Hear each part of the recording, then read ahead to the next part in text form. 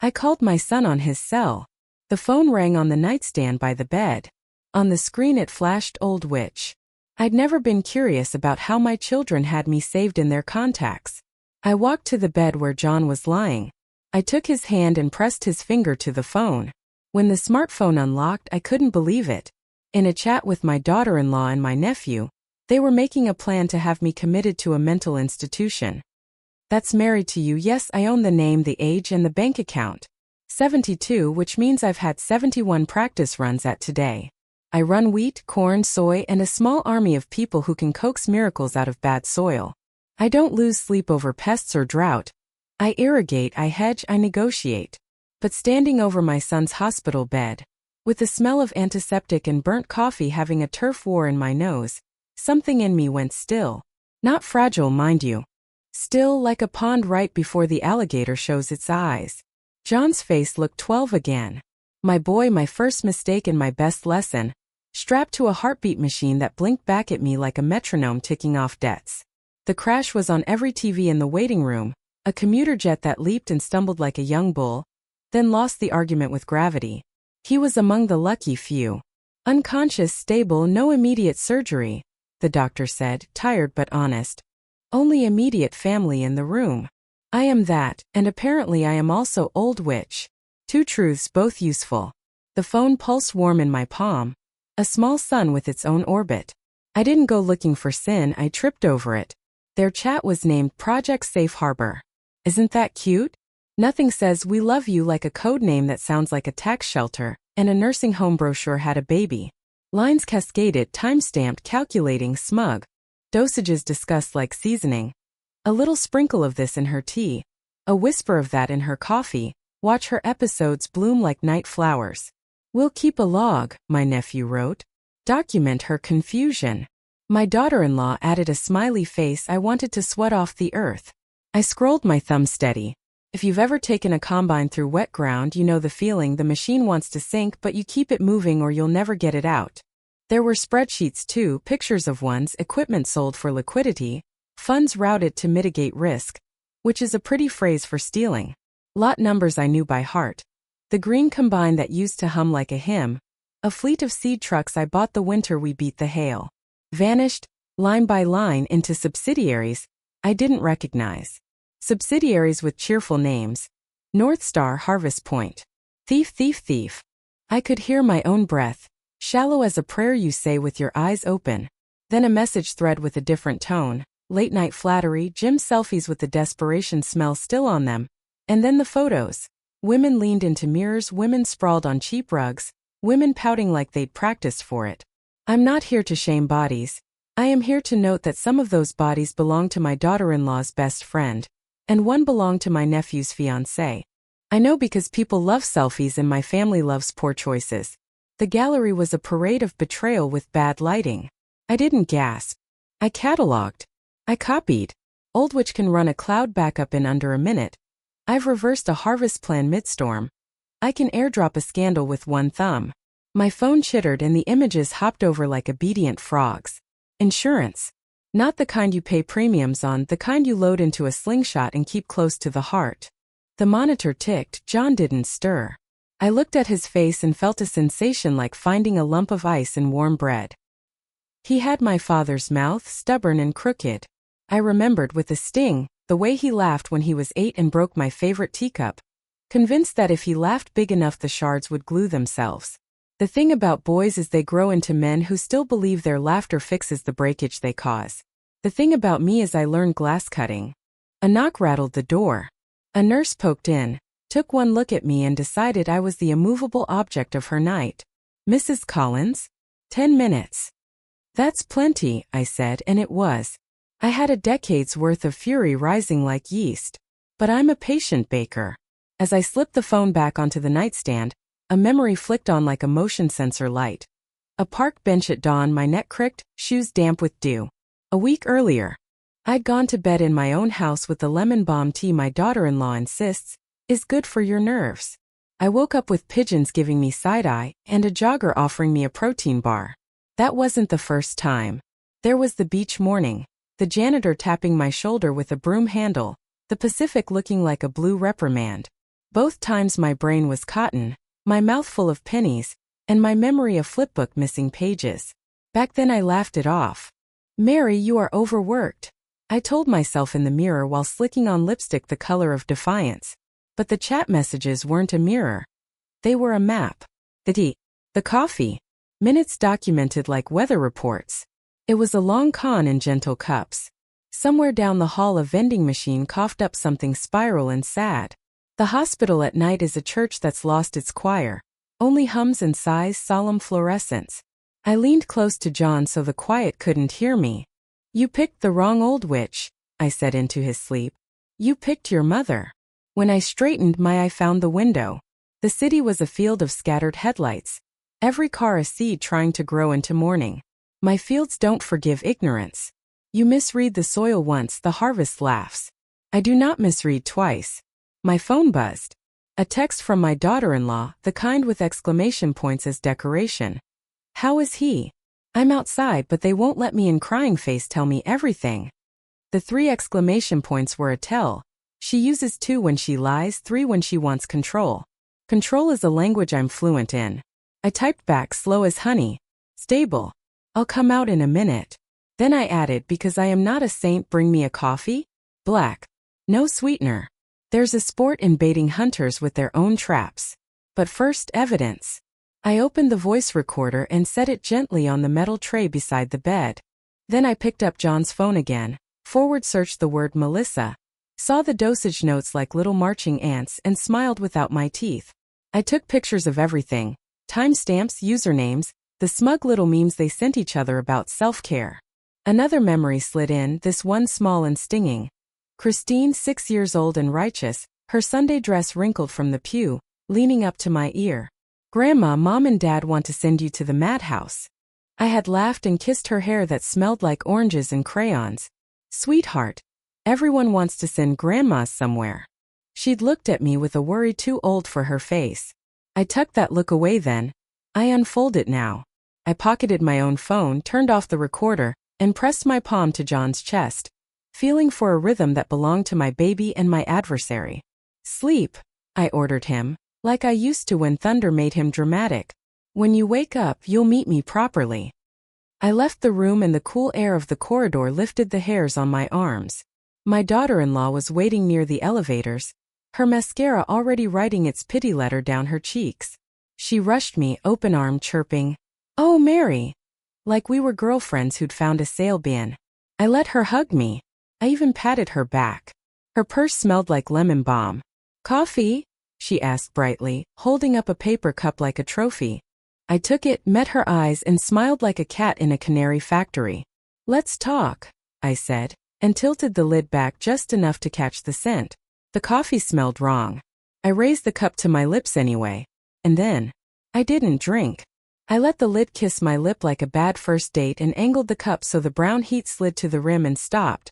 If you learn anything at 72, it's the art of pretending to swallow nonsense while storing every drop for evidence. "It smells sweet," I said lightly. "It's just hospital coffee," she chirped. I added a little creamer. "Figured you could use comfort." "I'm comforted," I said, and palmed the cup into my tote like it was a bouquet. The tote already held a Ziploc and a Sharpie because I am the kind of woman who labels thunderstorms. We sat. She crossed those long legs and started narrating like a daytime host. "The airline called, then the hospital. I barely slept. You must be so overwhelmed." I looked at her face the way I look at soil. I don't care what color it is, I care how it drains. "How are you holding up?" "Worried sick." A perfect tremble. John's such a provider. And the company with all the stress. I keep thinking, would it be easier for you if someone else took the reins for a while? There it was, wrapped in sympathy paper. I smiled like a porch light. "You volunteering, darling? I thought you preferred icing cupcakes to irrigating crops." She flushed. "I just mean temporarily. For your health." I brought the forms. She slid an envelope across. Durable power of attorney. Already flagged with cheerful tabs like it was a craft project. In the margins, my nephew's neat little lawyer handwriting. "Sign here, initial there. In case," she whispered, "the doctors decide you need rest." Rest. I've run 3 harvests in a drought and a husband through leukemia without missing payroll. Rest is for fields after we've taken everything they can give. I'll read it, I said, tucking the envelope into my tote right beside the coffee. After I speak to my doctor. Your doctor? The one who thinks it's cute to lace lemon balm tea? I watched the thought ride across her face and tried not to grin. Relax. I'm teasing. I stood, smoothing my jacket. Go on home. Kiss Christine for me. She's with my friend tonight.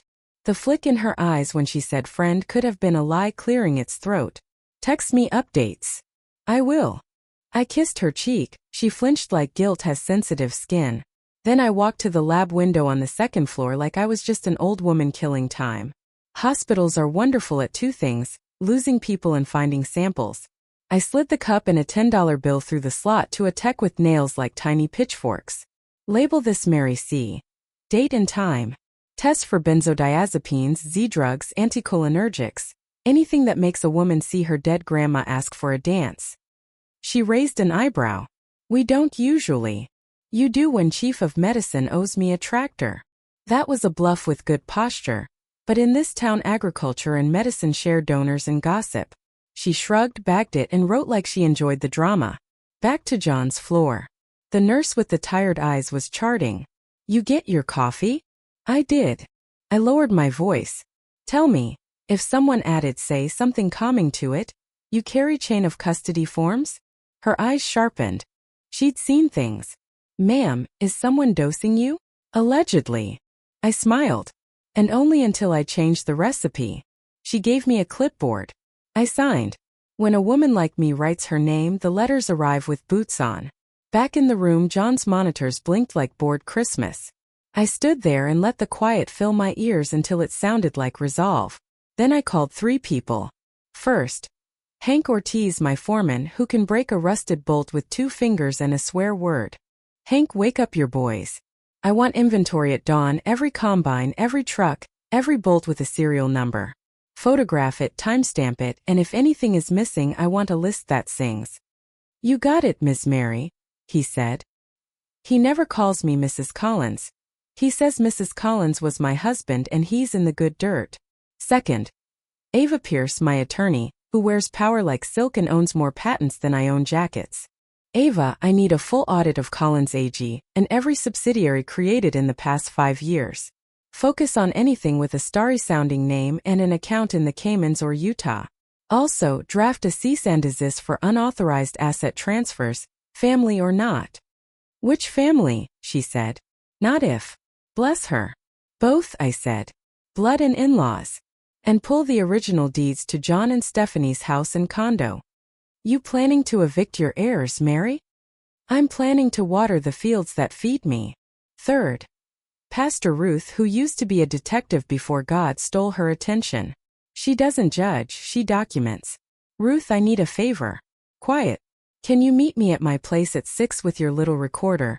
And that notary friend who's allergic to nonsense? Do you need prayer or a plan? Both fit in a glove compartment. When I hung up, I sat and let my head rest against the wall. You don't get old by accident.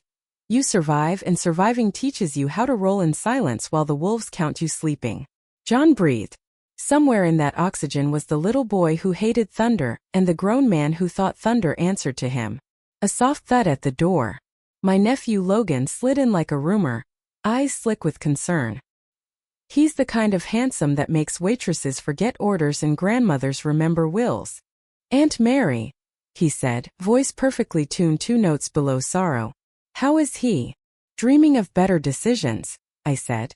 You look tired. Been handling the books. He put a hand on my shoulder as if he'd invented comfort. Listen, with this crisis. For continuity, maybe we should. You should sleep, I said, and patted his hand like it was a small dog that might bite. I'll handle continuity. He noticed the phone on the nightstand, the face down. His gaze snagged there like a shirt button on a nail. Is that his? I let the word be heavy. I called to check voicemail. His swallow was audible. Logan has tells. He licks his canine when he lies and his left thumb twitches. Both performed their little dance. I'll come by the office tomorrow, he said too quickly. Help however you need. You already have, I said and watched him puzzle that. He left. The room exhaled. I took out my own phone, opened the photo app and scrolled the stolen gallery until a face stopped me. A girl with bottle blonde hair and a laugh that hadn't learned algebra. The nephew's fiancée. Tears glittering in bathroom light. I'm late, her caption to John. I didn't know yet what I'd do with that knowledge, only that knowledge prefers to be used. Near midnight, the lab tech texted. A blurred, blessed picture of a strip test. Positive markers highlighted like little verdicts. Prelim suggests benzos. She added, you didn't hear it from me. I heard it loud and clear. My tote felt heavier. Evidence has weight. I looked at John and spoke the truth I owed him. Son, you will wake up to a mother who is not your doormat. I am your storm. A shadow passed the window in the door. A doctor? A nurse? No, Stephanie peeking, thinking I couldn't see. She held her phone high, trying to snap a shot of me with the cup like she'd caught me in my own snare. I lifted my tote and waved it at her like a pageant queen waves a bouquet. Her face fell, a curtain yanked shut. She disappeared. The lights hummed. Somewhere in the building, an elevator bell dinged, and a code blue called its sorrow. I sat on the edge of the vinyl chair and opened the envelope she'd given me. I read every clause. I took my pen and wrote across the top in block letters. Rejected, mental capacity. Excellent. Underlined it 3 times. Took a picture. At 12:07 a.m. My phone buzzed again. Not the lab. Not Ava. Unknown number. A man's voice when I answered, low and professional, the kind that carries a badge or a debt. Mrs. Collins? I'm calling about the recordings you might be interested in, the ones from your kitchen camera. My kitchen. I had almost forgotten I'd installed a new system after a break-in rumor last year. Cameras that see in the dark, microphones that catch whispers. Who is this? I asked. Let's say I'm a friend of Pastor Ruth, he said. And let's say what I found tonight will make you very, very careful about who makes your tea. Send it, I said. It's big. And you won't like the voice that's doing most of the talking. Then I'll like what comes next, I said. And the file began to download like a storm rolling toward a thirsty field. The file took its sweet time crawling into my phone. Like even the Wi-Fi knew what I was about to hear could rearrange a life. I slipped my earbuds in, turned my chair toward the window so anyone peeking through the door would see nothing but the back of a gray-haired head, and pressed play. Voices. My kitchen. I knew the echo off those tile floors like I knew the hymns of my childhood. At first just the hum of the refrigerator, then the scrape of chairs. Stephanie, my daughter-in-law, clear as a bell dipped in vinegar. Half a pill in her tea each night. She'll start forgetting. By the time she's wandering into traffic, nobody will question the diagnosis. Logan, my nephew, with that oily calm he uses when pitching investors. You need consistency. Benzos don't build the narrative fast enough. Use Zolpidem. She'll wake up in strange places, lose hours. We log it, it's airtight. Courts love documentation. And then the voice that cut me, not with surprise but with confirmation. My son John. Weak, groggy but unmistakable. He had joined their little kitchen committee. She's stubborn. You think 1 pill is enough? Up the dose. I know my mother. She'll fight clarity like a soldier fights surrender. Make her hallucinate. A breakdown in public is worth 100 journals. I paused the recording, pulled the earbuds out, and let the silence of the hospital room spread like a bruise. My son, lying here with tubes in him, had been the general of this coup. The irony was almost operatic. He planned to have me declared insane, and now here he was unconscious, with monitors testifying to his fragility. I whispered to the air. Oh John. You never learned. When you gamble against me, you bet the house and lose the land. The file wasn't done. Press play again. Christine's small voice entered, trembling but brave. Mommy, Daddy, don't do this to Grandma. She loves me. She buys me the pink dresses. Stephanie snapped. Go back to bed, Christine. Grown-ups are talking. The audio ended with a door slamming and my granddaughter's muffled sobs. I sat very still. There are moments in life when anger doesn't rise, it condenses, like steam turning to a blade of ice. That was one. I forwarded the file to 2 people. Ava, my attorney, and Pastor Ruth. Then I locked my phone like it was a safe. Evidence was no longer scattered, it was stacked. The door creaked. Nurse with tired eyes again. "Ma'am, visiting hours are over." "I understand," I said, rising, my tote heavy with poisoned coffee and poisoned papers. "But I'll be back. And when I return, it won't be as just a mother. It'll be as an owner." The night air slapped me awake when I stepped outside. Hospital parking lots are their own kind of wilderness, pockets of fear under sodium lights. Stephanie's SUV was idling near the curb. She waved me over, face lit by her phone. "Mary, you're pale. Did you drink the coffee?" I smiled with all my teeth. "Every drop," I lied. "Delicious. You'll have to give me your recipe." Her eyes flickered like a candle in wind. "I'll make more tomorrow." "You're a gem," I said. Then I slid into my car and drove off before she could sniff the lie. At home I didn't collapse. I set to work. You see, I don't panic, I plot. I laid everything on the dining table like pieces of a puzzle. John's phone screenshots, the photos of his side romances, the power of attorney papers, the audio file transcribed by an app that never sleeps, the lab's preliminary toxicology. Each piece was a knife. All I had to decide was which blade to use first. Then another memory rose up, one I hadn't invited. Me 2 weeks earlier standing in my kitchen staring at a tea mug. My hands had trembled just enough that I blamed arthritis. I'd laughed when I realized I couldn't remember which burner I'd left on, though none were lit. At the time I chalked it up to age.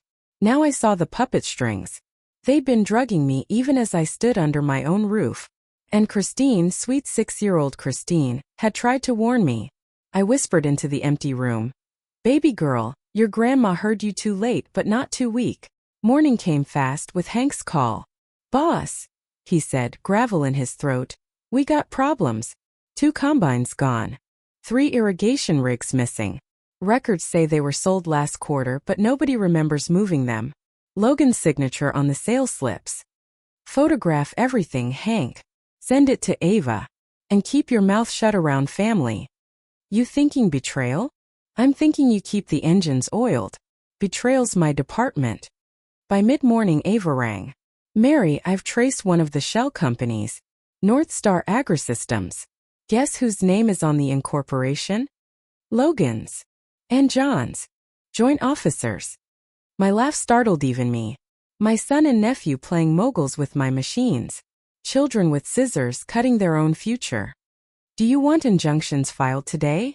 "Not yet. Let them walk the rope a little longer. It makes the fall sweeter." At noon I brewed tea. Not for me, for Stephanie, who had the gall to drop by to check on how I was holding up. I set the cup before her, steam curling like a promise. "Melissa again," I said. "Your favorite." Her hand froze on the cup. "Oh, I just had coffee."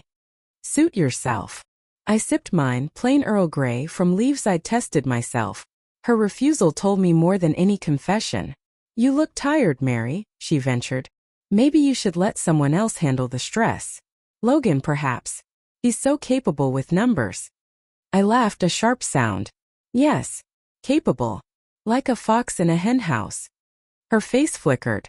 She excused herself within minutes, leaving the tea untouched. I poured it down the sink and whispered to the drain. "Caught you." That night, the house felt less like a home and more like a war room. Files spread, calls made, strategies forming. But the war wasn't going to be fought with shouting or fists. Oh no. It would be fought with signatures, recordings, and the kind of proof that makes judges lean back in their chairs and whistle low. I stood at the window, looking out at the moon-silvered fields.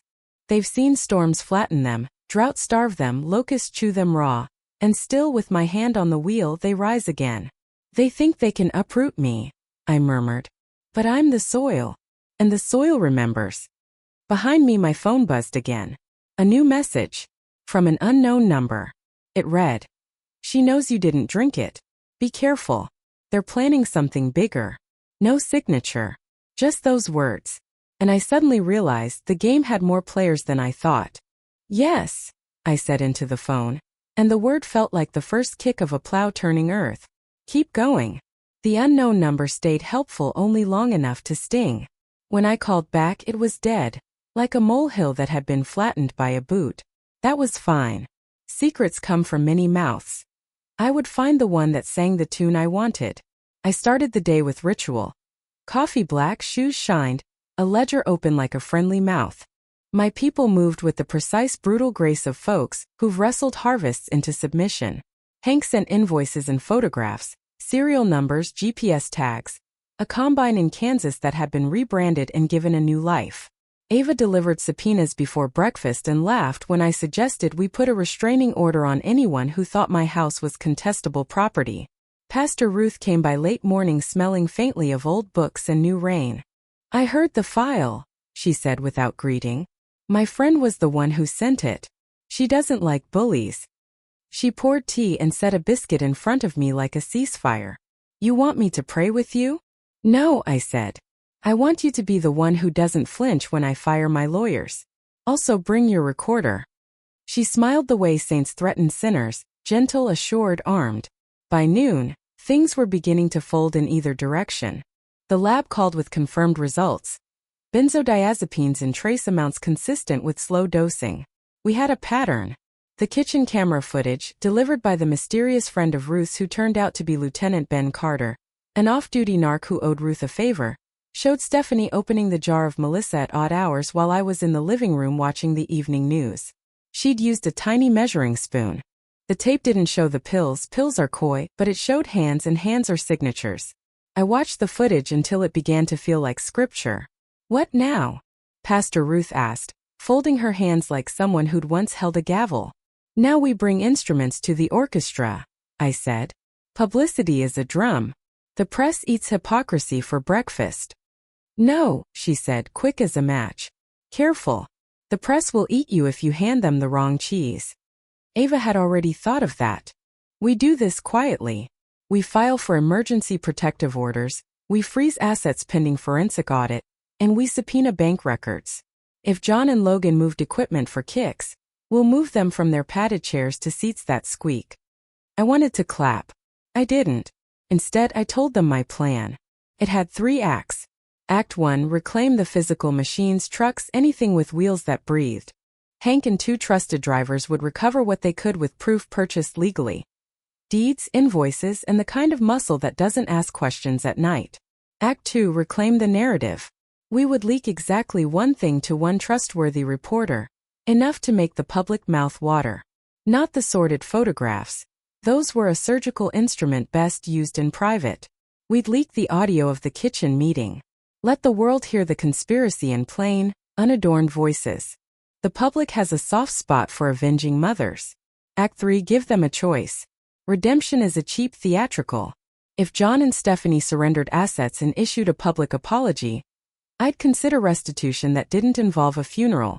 If they fought, I'd litigate them into a silence so loud even their lawyers would file noise complaints. By late afternoon things were moving. The couriers I'd hired for the paintings, 2 retired art handlers who still used expletives like currency, drove to the nephew's house under a sky suspiciously blue. Logan's fiancée, the one with the bottle blonde hair and the captions, had gone on a work trip. Convenient. The house smelled of lemon oil and a hint of perfume someone uses to announce themselves in rooms. The men let themselves in with keys I'd had copied months earlier. There are some favors a CEO pays forward. They loaded canvases wrapped in canvas-smelling paper.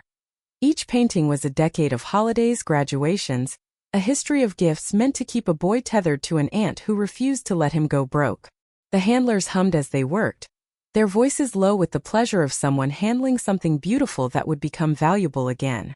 The last crate locked and they left. By evening I had a buyer, an American dealer with a taste for provenance and the money to make proofs vanish into a museum's glossy smile. The paintings would be appraised, shipped, and turned into capital. I felt a small, delicious thrill at turning memories into armor. But vengeance is a cocktail best served cold, and sometimes with a twist. I had to be careful because family can be a grenade with your name engraved on it. I also wanted to see faces when truths hit. That's brutality served with theater. I called Stephanie and asked her to come over that night. She obliged because Stephanie believes in the ritual of performance. She arrived with her hair negotiated into submission, and with hands that twisted in a nervous tic now familiar to me. She hugged me like a woman kissing a lifesaver she intends to bite. I brought dessert, she said. Blueberry. From the cafe. Her smile was a practice thing like a weather forecast. Perfect, I said. Sit. I want to show you something. I played the audio. The conversation filled the room like rain. Her face went through stages, color, then blanch, then the final pale shock of someone who can't quite remember practicing evil. When John's voice said, "Make her hallucinate," the blueberry slipped from her mouth and landed on the rug. She began. It's quite theatrical, I said. You staged an audition in my kitchen and left the camera running. Sloppy. You can't, she started, reaching for the phone I'd used to record. Actually, darling, I can. And I will. I slid a copy of the transcript across the coffee table. Or you can save us all the paperwork and sign a series of admissions. Public. Financial restitution. Counseling for the children. And a permanent distance between you and my granddaughter. Tears arrived, not from sorrow but from a calculation. Mary, please. John, he's been through so much. He's fragile. So am I said. Fragile people don't plot coups. She stumbled to the door, then stopped. What about Logan? He'll have his day in court, I said. I watched her go like a performance dying out. She didn't slam the door. She snapped it shut as if tidy endings were a virtue she could purchase. That night I slept like a woman who'd found a compass in the dark. The paintings were safe. The machines had lists with names. The audio was handsomely backed up in 3 places. My phone, Pastor Ruth's recorder, and Ava's vault. My people were loyal, competent, and armed with subpoenas. I woke to a voicemail from the hospital. Mrs. Collins? This is Dr. Hayes. Your son has regained consciousness. He's asking for you. I held the phone and thought of a dozen responses. The truth is, when your child wakes from a crash and asks for you, time thins to the shape of a needle. You can either sew the wound or rip the stitches. I drove to the hospital with a calm that felt like armor. The night was a band of velvet and neon. The nurses, who'd once regarded me as a fixture, opened the door and let me pass. John was awake but pale. The crash had hollowed him like a fruit that had been hollowed for candied peel. His eyes found mine with the bewildered, blunt loyalty of a wounded animal. He mouthed words that were thin as thread. Mom, he said. It's okay, I told him. Rest. I'm right here. He closed his eyes and let sleep take him like a small, exhausted confession. I sat down and held his hand. The TV in the corner reported on Midwestern soil quality, a weather update, and briefly, the story of a family in turmoil. I watched John breathe steady, his chest a steady metronome against the chaos. At 2:03 a.m. My phone buzzed again. Another unknown number.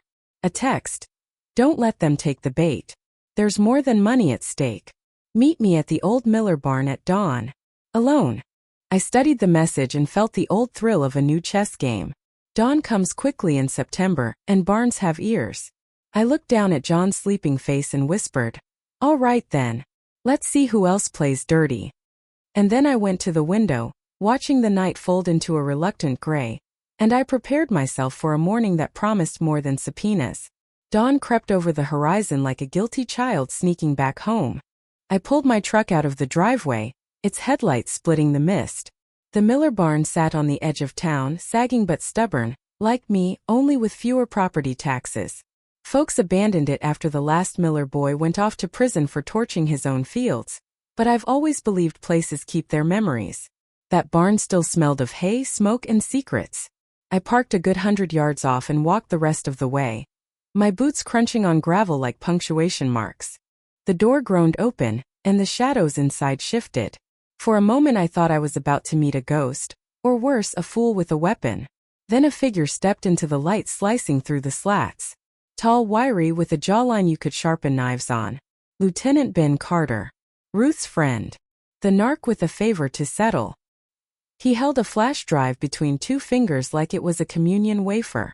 Mrs. Collins, he said, voice low but steady. Glad you came alone. I don't do entourages at sunrise, I replied. What's on the drive? He dropped it into my palm. Your insurance policy. 3 weeks of kitchen recordings, not just the one. They weren't careful, Mary. Your daughter-in-law, your nephew, hell, even your son. They planned everything at that table. Doses, alibis, bank transfers. And he hesitated. Don't stall, Lieutenant. Give me the meat, not the garnish. He exhaled. There's talk of guardianship paperwork. They were going to move faster than you thought. Within a month, they plan to declare you incompetent and seize operational control of Collins AG. I closed my hand over the drive. Cold plastic, hot fury. I assume you didn't call me out here just to ruin my appetite. What do you want? His eyes flickered. Nothing. Not money, not favors. Ruth asked me to help. She says you're the only woman in this county who's scarier than the drought. I believe her. Well, I said, the drought hasn't had its morning coffee yet. By the time I got home, I had a plan forming sharp and bright. I booted up my computer and plugged in the drive. The files lined up neatly, time-stamped, labeled, undeniable. The voices of my betrayers filled the room like a choir of vultures. I saved 3 copies, cloud, external hard drive, encrypted email to Ava. You can never have too many knives in a fight. Just as I was finishing, the doorbell rang. I opened it to find Logan standing there, hair slicked, suit too sharp for a family visit. His smile was polished nickel. Aunt Mary, he said, I thought we could talk strategy. Strategy, I echoed. Funny word. Sounds like something you'd say before raiding a bank. He laughed lightly, but his eyes didn't. Look, with John down, somebody has to make sure the company doesn't collapse. The board's nervous. Employees are restless. Investors smell blood. I can stabilize things if you let me. Oh, I'll let you stabilize something, I said, opening the door wider. Come in. Let's talk. We sat at the table, the same table where I'd once taught him how to shuffle cards without bending them. He launched into a speech about fiscal responsibility, diversification, restructuring. All the right words strung together like beads on a string. But underneath it, I heard greed playing the bass. When he paused for breath, I slid a folder across to him. Inside, photographs Hank had sent of the missing combines, each tagged with Logan's digital signature authorizing their sale. His face drained like a field under drought. What is this? He whispered. Receipts, I said sweetly. Funny thing about paper trails, they like to talk when you press them. He swallowed, throat bobbing like a hooked fish. This isn't what it looks like. Oh, darling, it's exactly what it looks like. Theft dressed up as accounting. He shoved the folder back.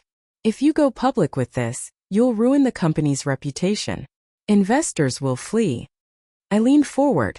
No, Logan. You'll ruin the company's reputation. I'll be the one cleaning it up.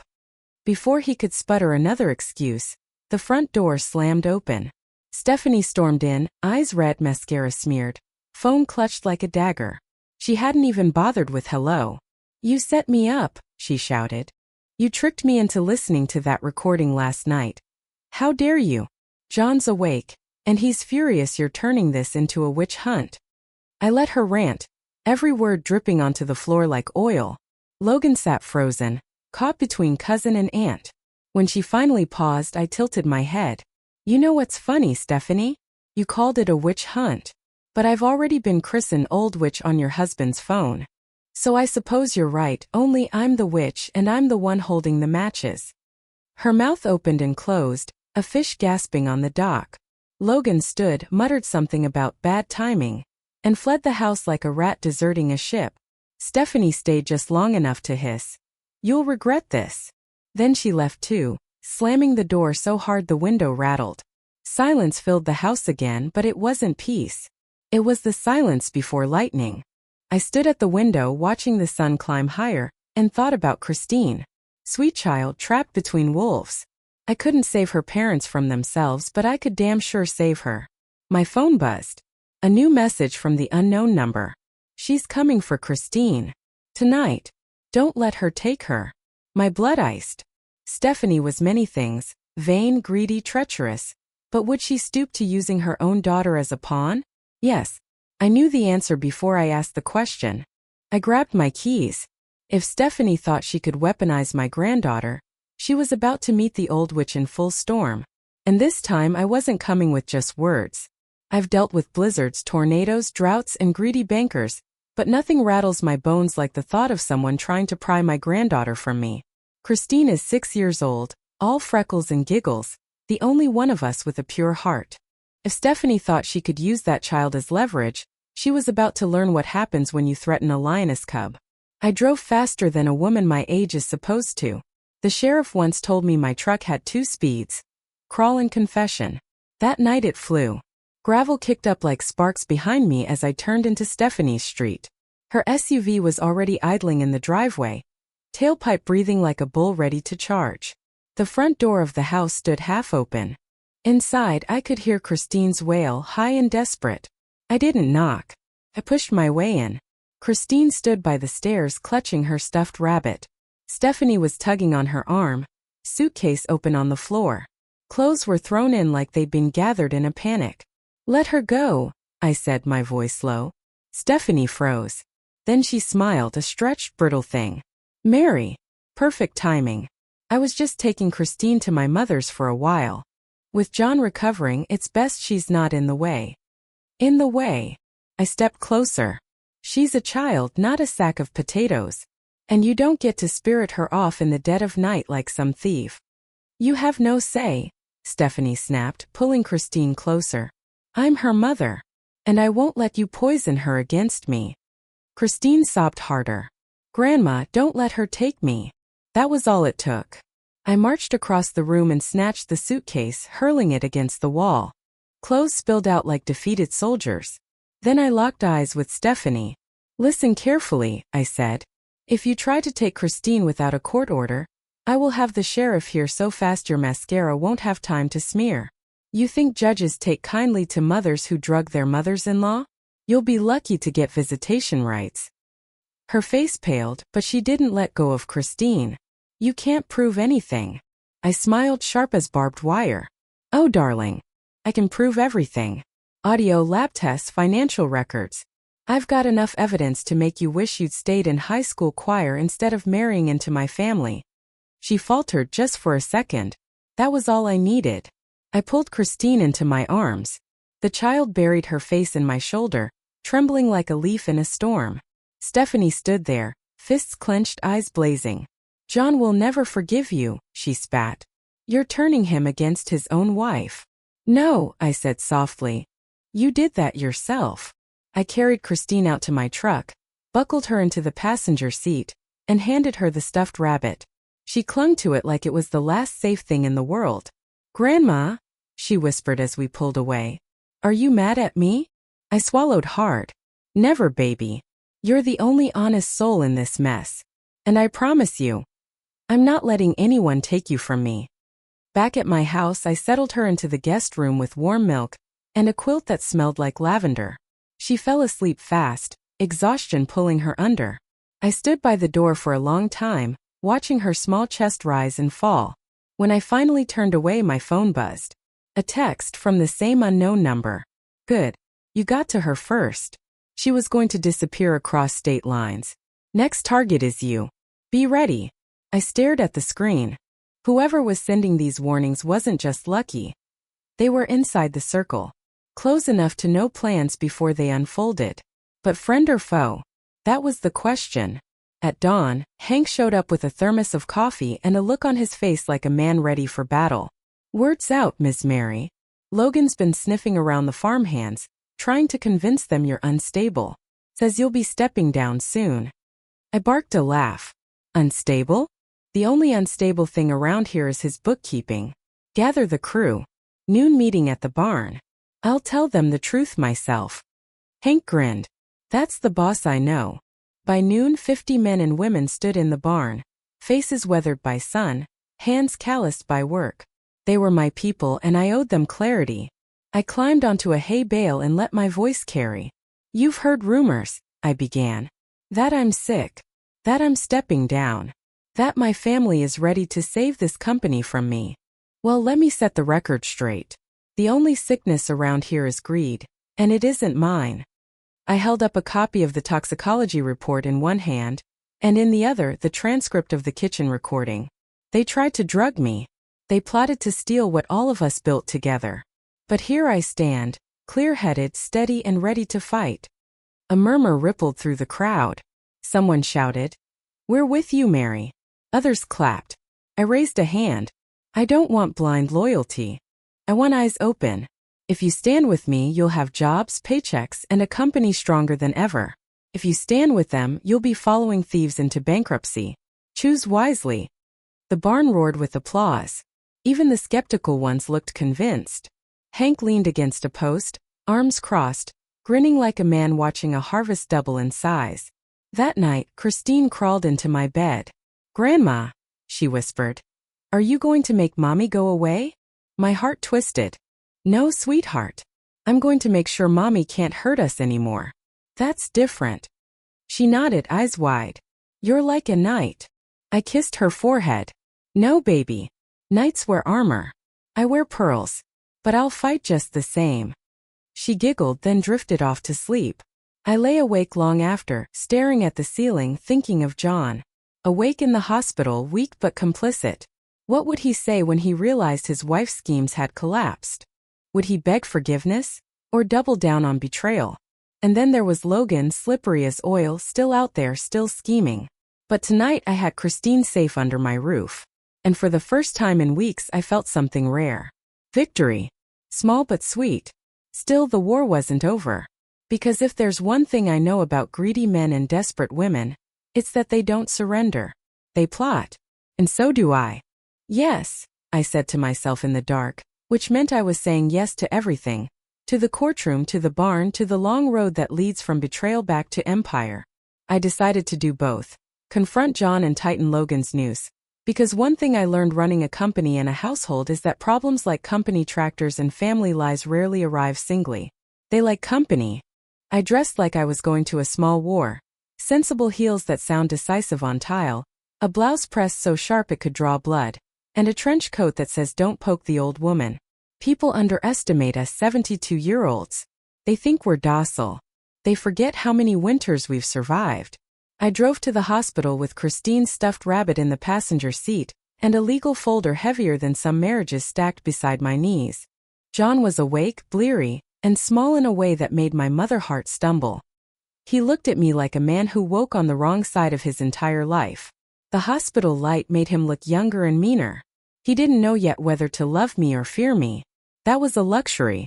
"Mom," he said, voice raw like wire. "John," I said, and sat. I took his good hand in mine. He flinched, partly pain, partly the surprise of touch that wasn't pity. "How are you feeling?" "Broken," he said, and for once he wasn't theatrical about it. "I don't remember much after the takeoff. I remember a sound and then, I don't know. Why are you here?" "Because when a son falls out of the sky, his mother lands on both feet." I kept my tone soft. Soft works like sandpaper when you want a man to show his grain. "Also because you and I have business to settle." He blinked, then frowned. "Business? You helped plan something," I said plainly. "You were on recordings plotting to make me look unstable. And you and Logan moved company assets without my consent. You planned to take Colin's AG away from me." He opened his mouth and closed it, like a man trying to find a shirt that fits a new body. "I didn't," he began, but his voice had the thinness of someone trying to hold water in cupped hands. "You did," I said, and I set the kitchen recording on the bedside table. I watched his face listen like it was a map. "You spoke. You planned. You signed. We have the paperwork, John. We have bank transfers. We have receipts with your initials." He flinched. Shame is a bruise that sometimes shows, sometimes it hides under muscle. He tried again. Stephanie thought, she said it was for the company. We told ourselves it would stabilize things until you recovered. It wasn't supposed to. It was theft, I cut in. And the plan to drug me was a crime. You involved my granddaughter. Christine told you she was scared. Is that the kind of father you want to be? My voice didn't waver. That's the part families forget. How the right question can sharpen a conscience. He stared at the sheets. "I'm sorry," he mouthed. The word looked small on his tongue. "Sorry doesn't fix ledgers or fix futures," I said. "You need to decide what you want. Do you want to own up, return what you illegally transferred, and accept help? Or do you want to fight and force your mother to fight you back?" I let the choice sit in the air like a charged wire. His eyes were glass. "I don't know how to fix this." You start by telling the truth. I reached into my folder and slid a document across. A draft confession, a piece of legal paper with options for restitution, and a clause that would shorten litigation if he cooperated. Sign this. Admit you participated, return what you can, and we'll go to the board together. You'll have my support with consequences. You refuse, and I'll make sure the auditors and regulators meet you over your favorite breakfast. He swallowed. Pride is a powerful thing, but honesty is stronger when the house is on fire. If I sign, will the company survive? It will, I said. But you maybe not. You will have to earn a place back at the table. By the way, you'll also need to testify in court about Logan and Stephanie.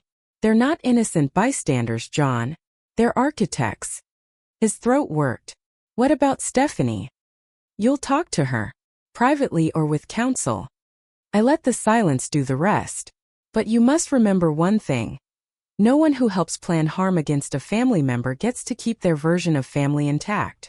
My fingers tightened around his hand. You can walk back into life, John, but you have to walk through the gate of truth. The rest of the morning blurred. He signed what he needed to sign. We recorded a statement with Dr. Hayes in the hospital office, and I sent a secure copy to Ava. He asked for forgiveness in the way men often do, by promising to fix things and then looking like he had already started. When I left the hospital, I felt both relief and a sharpening, like a hinge being oiled and also a saw being sharpened. Confronting John had been necessary. It was also a first prune in a bush that needed shaping. Next, Logan. You can't chase a rabbit when you're holding a pot of soup. You'll spill it.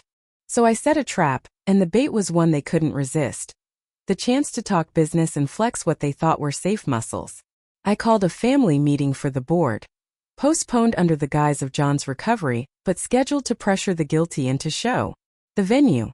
The Collins AG conference room, which smells of old paper and new resolve. I arranged seating like you arrange chess pieces. I controlled the light, the coffee, 1 cup tested and sealed, and the list of attendees. Logan arrived early, tailored and smug, the scent of cologne perfect for laundering sins. He sat where any CFO would sit, ready to look competent. The board filtered in. Local stakeholders, a couple of nervous investors, Hank, and Ava with a stack of documents like a legal battering ram. I greeted each with a smile that said I knew what the cards were, because I did. The first hour was theater, reports, graphs, politely worded fears. Then I released the hounds. Ava stood, thanked everyone for their attendance, and announced that we'd initiated a forensic audit. The room hummed with interest and dread. Logan's jaw tightened like a vice. I handed Ava a packet and then waited. She read a few lines aloud. Irregular transfers, misdeclared sales, signatures authenticated to Logan's authorized codes. The air in the room thickened. You could feel money's smell, the metallic candy of panic. Logan protested, voice slick and practiced. This is an overreach. We need time to review the accounts. These are complex transactions. Complex is a pretty word for embezzlement, I said. If you have an explanation, provide it. But until then, I'm placing you on administrative leave. The words landed like anvil blows. Logan's face lost color like a ledger losing columns. You can't do that, he hissed. I put the family on my back when John. You put your hand in the till, I said coldly. The company is not a piggy bank to be raided at whim. You will return anything you illegally transferred. If you don't, my voice softened but the meaning deepened. I will see to it regulators and criminal prosecutors have all they need.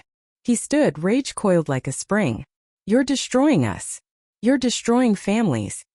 I am saving the company, I said, and the people who work here. The room shifted toward me like wheat toward sun. Even some of Logan's allies looked away.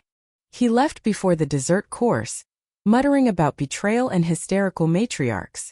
I watched him go like a person watches a fox leave a henhouse, certain of what had been taken, and glad to have the window closed. That night, unknown number texted again. Good work. But expect countermeasures. They'll file a defamation claim. They'll try to make you look unstable. Keep the recordings loud and the lawyers louder. I smiled. It's a peculiar comfort when your enemies play predictably. I had planned a dozen contingencies. Lawyers doubled as bodyguards when your reputation is under literal siege. Before sleep, I sat at Christine's small bedside, watching her inhale and exhale like a bellows of hope. I thought of mercy and justice and the difference between them. People often confuse the two. Mercy is gentle. Justice is tidy. I had both coming like a harvest. Harsh, inevitable, and useful. And somewhere outside the calendar of human plans, another player was watching. The game had expanded beyond my son and nephew. The shadow we thought was local might have fingers in other pockets. When you pull at a thread of deceit in a small town, more than wool comes loose, sometimes a net falls.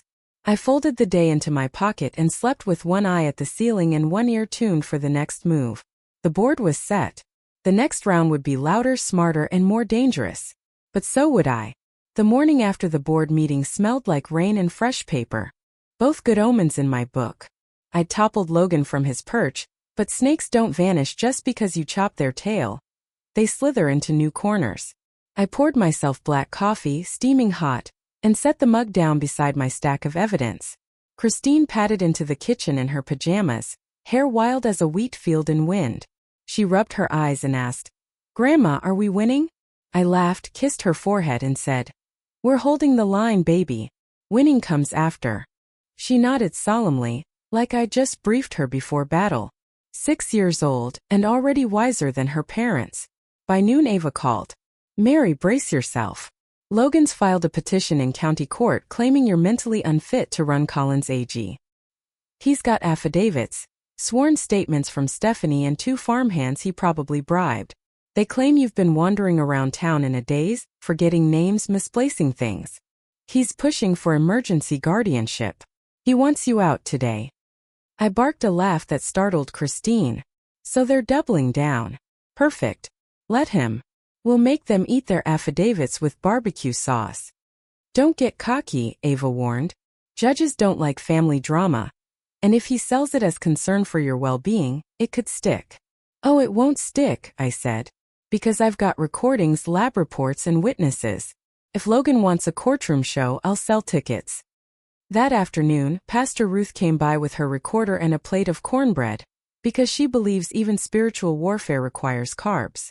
"You're about to be painted as crazy," she said, breaking off a square. "So let's make you look sane in front of everyone. Press conference. Tonight." I arched an eyebrow. "Press conference? I don't do dog and pony shows." "You don't need to. You stand there, pearls on, hair combed, voice steady. Then you release just one recording. Enough to show who the liars are. People will see the difference between a matriarch and a manipulator." She was right. I knew it. The field doesn't argue with rain. It just drinks. So that night, under the glow of fluorescent lights at the local civic hall, I stood before a crowd of reporters, farmhands, and investors. Hank stood at my shoulder like a guard dog. Ava was a few steps back, folder in hand. And little Christine, no, I didn't let her on stage, but she sat in the front row, clutching her rabbit, watching her grandma go to war. I stepped to the microphone. My heels clicked once on the wooden stage, and the room hushed. "My name is Mary Collins," I began. "I am 72 years old. I run Collins AG, one of the largest agricultural companies in this state. Some of you have heard rumors that I am unwell." I let the word hang, dripping venom. Those rumors were planted by people who wished to take what they did not earn. Gasps, murmurs. Perfect. I raised a small speaker and pressed play. The recording filled the hall. Stephanie's voice, crisp and cold. "Half a pill in her tea each night. She'll start forgetting." Logan chiming in, smug as ever. "Courts love documentation." And John, my own son, weak but clear. "Make her hallucinate." The room erupted. Reporters scrambled with recorders. Flashes went off like lightning. I raised a hand and the room settled just enough for me to drive the nail home. These are the voices of my own family conspiring to drug me. They wanted me declared insane, committed, stripped of my company. Instead, they will be stripped of their lies. I have the lab tests. I have the receipts. And I have the will to fight. Applause thundered. Farmhands pounding boots. Investors nodding like wheat in wind. Even the reporters clapped, though they pretended it was for their own benefit. I leaned in, my voice sharp. "Let it be known. Collins AG is not a toy. It is not a piggy bank. It is a legacy. and anyone who tries to steal it will find themselves not only in court, but in the court of public opinion. And that, I smiled, is harsher than any judge. When it ended, the reporters swarmed. Stephanie and Logan were trending before the night was over. Drugging grandma doesn't play well on the evening news. Investors called Ava asking how soon we could push the cousins out entirely. At home, Christine hugged me hard. Grandma, you were loud. I chuckled. Sometimes, sweetheart, being loud is the only way to be heard. But just as I was about to pour myself a victory glass of bourbon, my phone buzzed. The unknown number again. Careful. Tonight wasn't enough to stop them. Logan's desperate. He's reaching for money offshore. And he's not alone. He has partners you don't know about. Dangerous ones. I sat back, bourbon forgotten. Partners? Offshore? Logan wasn't smart enough to mastermind this alone. He was greedy, yes, but not a genius. Which meant someone bigger, someone outside the family, had their claws in my company. I looked out the window at the moonlit fields. My empire spread like a quilt. If outsiders thought they could plant themselves in my soil, they were about to learn something about Mary Collins. I don't share land. I don't share power. And I sure as hell don't share revenge.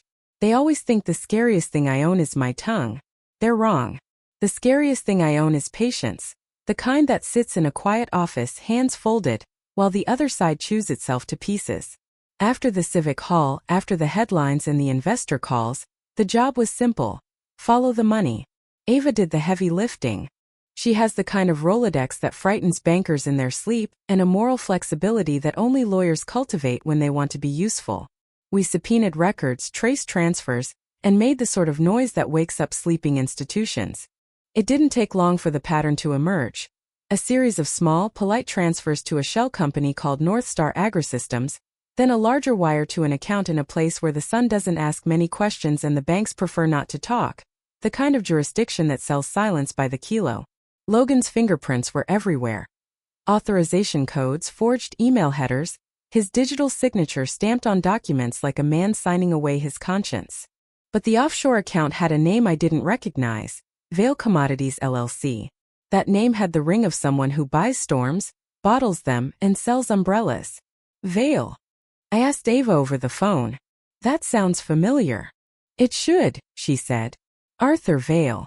Big player. Vertical integration. Grew up from fertilizer stalls to owning half the logistics chain in 3 states. Not small. Not local. Not pretty. She clicked her pen. He's got the means and the motive, buy the equipment, hollow out the company, and control supply.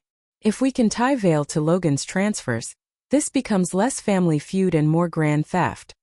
I let that sit. The fields don't care about motives, they only care about yield, but motives mean a story. And stories can be weaponized. I pulled in Lieutenant Ben Carter. He's the kind of man who stays awake thinking about patterns. He went through phone records, call logs, connection routes like someone digging for fossils.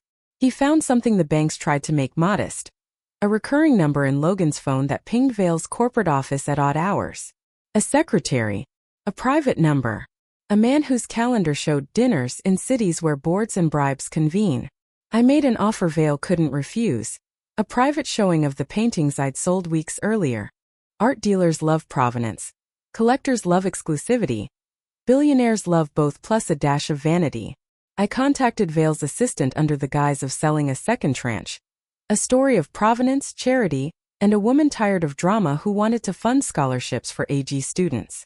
The assistant licked the hook and swallowed. Arthur Vale arrived in town with an entourage and shoes that cost more than my first tractor.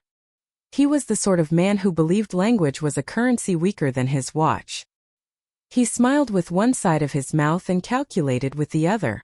We met at the gallery.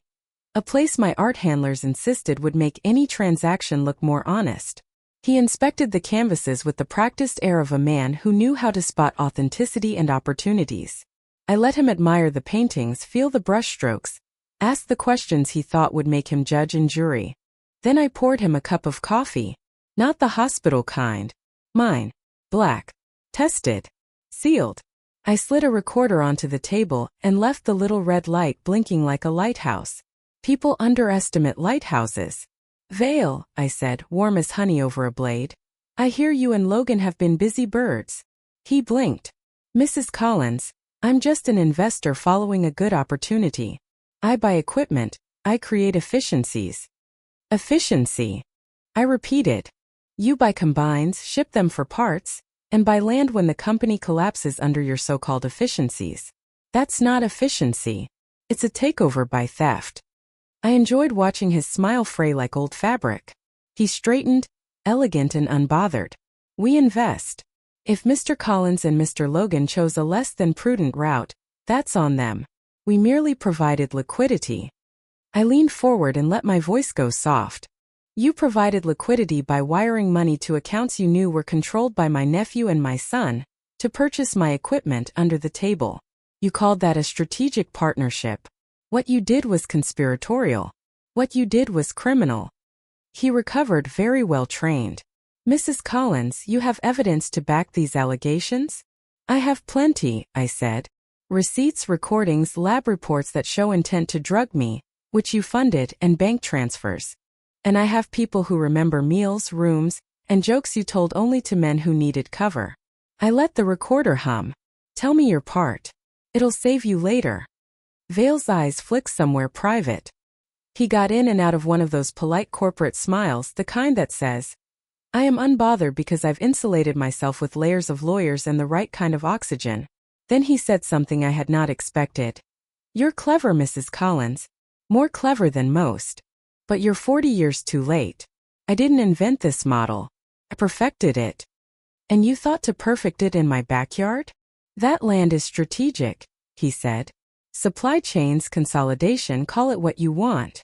Mr. Logan was a partner. He had access. We provided logistics.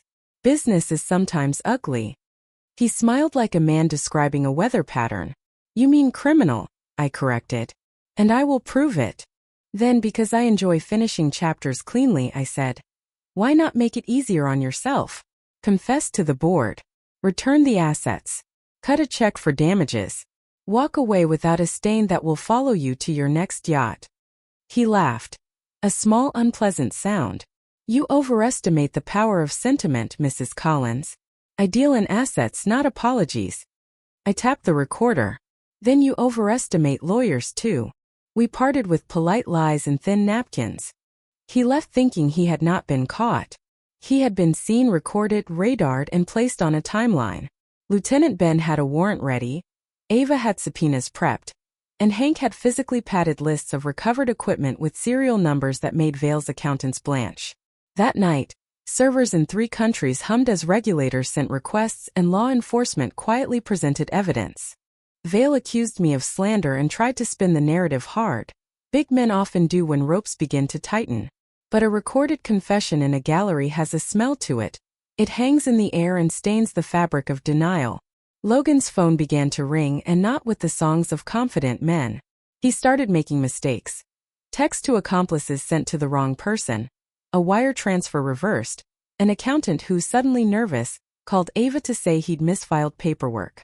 Panic is contagious and it spread swiftly. Still, there was a new pulse beneath the old conspiracy. Someone else, someone clever, quieter, had been knitting threads through this net. A pattern of small donations, positions on boards, and the occasional legal retainer in places that make records look like Swiss cheese. It smelled corporate and clandestine. The sort of thing that doesn't announce itself with fireworks, but with 1,000 tiny taps until a dam leaks. I sank into my chair that night and watched Christine sleep. The war had widened. An outside hand had reached into our soil. That hand smelled of money and urban intent. Whoever had reached for Collins AG thought they could transplant their roots here and call it progress. They forget that soil resists foreign roots. And they forget that some old women remember every seed they ever planted. I had Arthur Vale on tape, Logan wobbling, and bank accounts blinking red on Ava's dashboard. But there was still a missing face. Someone who attended discreet dinners, who handled offshore nomenclature like a lover handles a name. Finding that face would be like finding a mole under cream. It required gentle digging, not raking. I closed my eyes, and for once I didn't think about lawsuits or shareholders. I thought about Christine and the future I wanted to give her. Not one where vultures pick at the bones, but one where a child learns to plant and reap with dignity. The next day, Lieutenant Ben found a lead. A single email header misplaced, a log misdirected. It pointed to a legal firm in another state and a name that made my stomach drop. Evelyn Park, Senior Counsel, Vale Commodities. The name meant less by itself than the position. A woman who could move money like a chess master moves rooks. Evelyn Park was quieter, smarter, and more dangerous than Arthur Vale could ever be in his boots. Finding her would be finding the hand that tethered the puppet strings. I smiled to myself. The hunt, it seemed, was only beginning. The problem with snakes isn't the bite. It's the slither. Logan had slithered into silence after the press conference. But silence in men like him is never surrender. It's plotting. He wasn't alone either. Arthur Vale had the ego of a silverback, but the real intelligence was Evelyn Park. I knew it, Ava knew it, even Pastor Ruth knew it. The trick was proving it, and proving it in such a way that Evelyn couldn't wriggle free. Ava briefed me at dawn over pancakes. She eats like a sparrow but plans like a hawk. Evelyn Park has her fingerprints on every offshore transfer Vale touched. She's his senior counsel. Vale signs deals but she writes the contracts. She's careful, layers of shell companies, nominee directors, staggered accounts. But she slipped. Slipped? I raised an eyebrow. One of her emails to Logan went through a personal Gmail account before it was encrypted through Vale's servers. Rookie mistake. The message mentioned our garden project. That's their code for Collins AG. She knows she's in deep. Pastor Ruth buttered her toast like she was cleaning a weapon. So how do we smoke her out? Simple, Ava said. We bait her. Make her believe Logan is ready to flip on Vale. Evelyn will panic and move to secure him or silence him. Either way we catch her. I grinned. And who plays Logan? Logan, Ava said. He's panicking already. If we dangle immunity, he'll squeal like a hog at feeding time. By afternoon, Logan was sitting in Ava's office, pale as paper, tie askew, hair greasy. He looked less like a CFO and more like a boy who'd been caught stealing from a church collection plate. Ava slid an agreement across the desk. Testify against Vale and Evelyn, cooperate fully, and we'll negotiate a lighter sentence. He shook his head, muttering, They'll kill me. I leaned in. Logan, darling, if you don't talk, I'll kill your reputation. There won't be a bank in America that'll let you count their pennies, let alone their dollars. And trust me, a ruined name lasts longer than a prison term. His eyes darted, panic rising. She'll come after me. Evelyn doesn't leave witnesses. Good, I said. Let her come. The sting was simple. Logan, under supervision, sent Evelyn a message. We need to meet.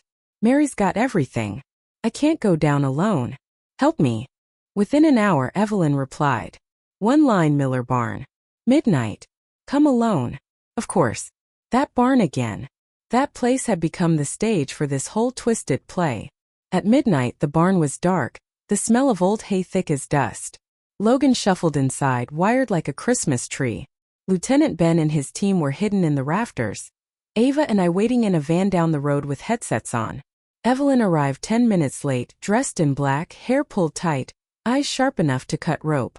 She carried a leather briefcase like it held the 10 Commandments. You're sloppy, Logan, she said, voice flat. Running to Mary? Talking about flipping? That's not partnership. That's weakness. I just, Logan stammered. Evelyn dropped the case on the table. Inside are documents. Sign them and everything disappears. Vale takes the heat, you walk away. Or, she reached into her coat. A gun glinted in the moonlight. You stay quiet another way. Logan whimpered. My fingers clenched around the headset. Ava whispered. Wait for it. Evelyn pressed the gun to Logan's chest. You should have remembered the first rule. Never cross the gardener. That was Ben's cue. Lights exploded, men shouted, and Evelyn froze mid-sentence. The gun clattered to the ground. Officers swarmed her, cuffs snapped shut. I stepped out of the van and into the barn. Evelyn's eyes locked on mine, cold and furious. You, she spat. Me, I said, pearls shining under the barn light. The old witch who doesn't drink her tea. She sneered. You think this ends with me? Vale will walk. He always walks. Not this time. I tapped the recorder hanging from Ben's chest. Conspiracy. Attempted assault. Money laundering.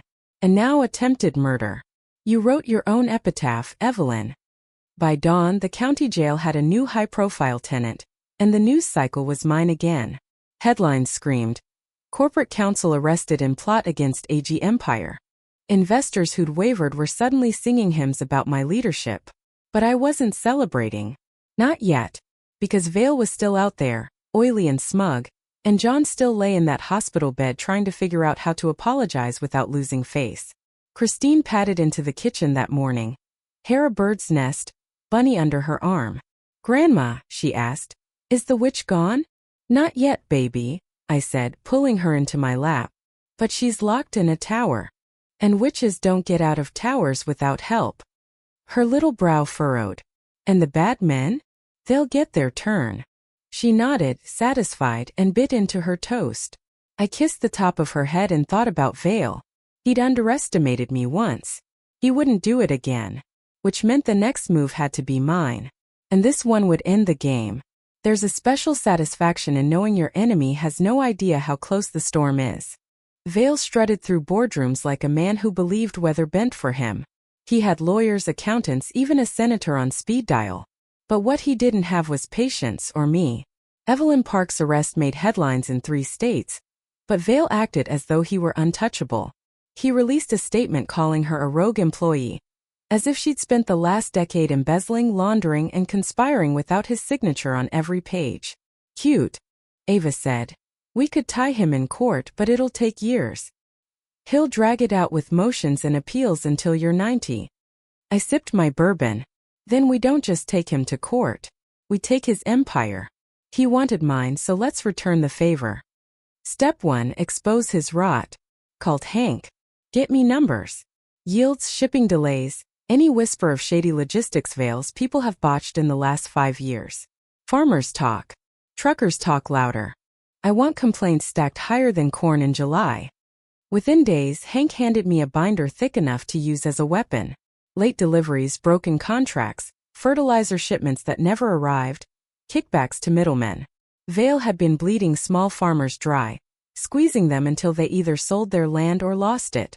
Pastor Ruth said it best when she flipped through the binder. "This isn't business. This is plunder." Step 2, turn his allies. I invited 2 of Vale's mid-level executives to lunch at my farmhouse. Nothing fancy, fried chicken, cornbread, and sweet tea, but food has a way of loosening tongues. "You boys tired of carrying a crook?" I asked, wiping butter from my fingers. One of them shifted uncomfortably. "Vale's got protection.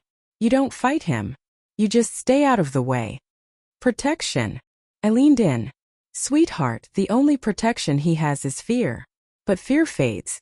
Loyalty shifts. And right now, your boss is about to become the most toxic name in agribusiness. When he goes down, do you want to be standing next to him or holding the door for the next owner?" They traded looks. By the time the cobbler hit the table, both had agreed to hand over internal memos. One even whispered, "He called you a relic. Said you'd crumble under pressure." I laughed so hard I nearly spilled my tea. A relic with receipts, darling. And relics bury treasure. Step 3, seize opportunity. Ava and I formed a holding company overnight, Collins Harvest Group. With the paintings already liquidated and my real estate sales finalized, I had capital ready. We bought up every acre, every silo, every contract Vale had neglected. When his farmers realized there was another option, an honest buyer with cash in hand, they lined up like pilgrims at a feast. By the end of the week, I owned more land than I had ever dreamed of. Vale's map was shrinking. My empire was growing. Step 4. Finish him publicly. I scheduled another press conference. This time not in a civic hall but on the steps of the courthouse. Cameras flashed, microphones shoved. I wore pearls again, of course. They'd become my war paint. "Arthur Vale," I said clearly, "has been exploiting farmers across this region for years. He thought he could steal from them and he thought he could steal from me. But Collins AG stands. And soon Vale Commodities will not." Then I dropped the bomb. Evelyn signed affidavit. She'd broken in county jail, trading cooperation for leniency. Every detail, every offshore transfer, every bribe, every whisper about spiking my tea was on record. The crowd roared. Reporters smelled blood. Vale's stock plummeted by midnight. His allies started filing resignations before dawn. At home that night, I poured myself a glass of wine and watched Christine draw bunnies at the kitchen table. "Grandma," she asked, "are we safe now?" I stroked her hair. "Almost, baby. There's just one wolf left. And I've got the silver bullet ready." Because Vale wasn't finished yet. A man like him doesn't surrender. He lunges. And sure enough, 2 days later, my security cameras caught a black car idling outside my farm. Vale himself stepped out, alone, looking older than he had at the gallery but still wearing that smug half-smile. I walked out to meet him, shotgun slung casually over my shoulder. "Evening, Arthur," I said. "Lose your way." He chuckled. "I admire you, Mary. Really. Most women your age are knitting. You're building an empire. But it ends tonight. Sign over Collins AG or you'll regret it." I raised the shotgun just enough to make his smile falter. "Arthur, I've outlived a husband, a drought, and 3 bank collapses. You think I'm going to fold for a man in Italian shoes?" His smirk cracked. He turned back to his car, muttering something about lawyers. As he drove away, I whispered to the night, "Run while you can. Tomorrow the hammer drops." Because in the morning, Ava would file the final lawsuit. Racketeering charges. And with Evelyn's affidavit and Logan's testimony, Vale's empire would burn faster than dry wheat in August. Morning broke sharp as glass. The sun didn't rise. It snapped into place, daring me to finish what I'd started. By breakfast, Ava had filed the racketeering suit, complete with Evelyn's affidavit, Logan's reluctant testimony, and every receipt Hank had dug out of the dust. By noon, Vale's empire was a burning barn. Investors fled, partners cut ties, and the man who once walked like a king now stumbled like a drunk at last call. I didn't stop there. No, I planned one last act. The finale to remind everyone that Mary Collins doesn't just survive. She reclaims. The courthouse was packed. Farmers in boots, investors in suits, and reporters with mics all jostled like hens at feeding time. Vale arrived with his lawyers, looking smaller than I'd ever seen him. Italian shoes scuffed, hairline sweating under the September sun. The judge read out the charges. Conspiracy, racketeering, attempted fraud, attempted assault through Evelyn, and financial mismanagement. Each word weighed down Vale's shoulders until he seemed to sink an inch lower. When it was my turn to speak, I didn't waste time on theatrics. I stood tall in pearls, voice steady as an engine. Arthur Vale thought he could buy and bury Collins AG. He thought an old woman was easier to uproot than a weed. He was wrong. My company stands. My people stand. And from this day forward, every acre, every silo, every harvest will remind him of that. The courtroom erupted. Cheers from the farmhands, cameras flashing like lightning. The judge banged her gavel, but even she smiled a little.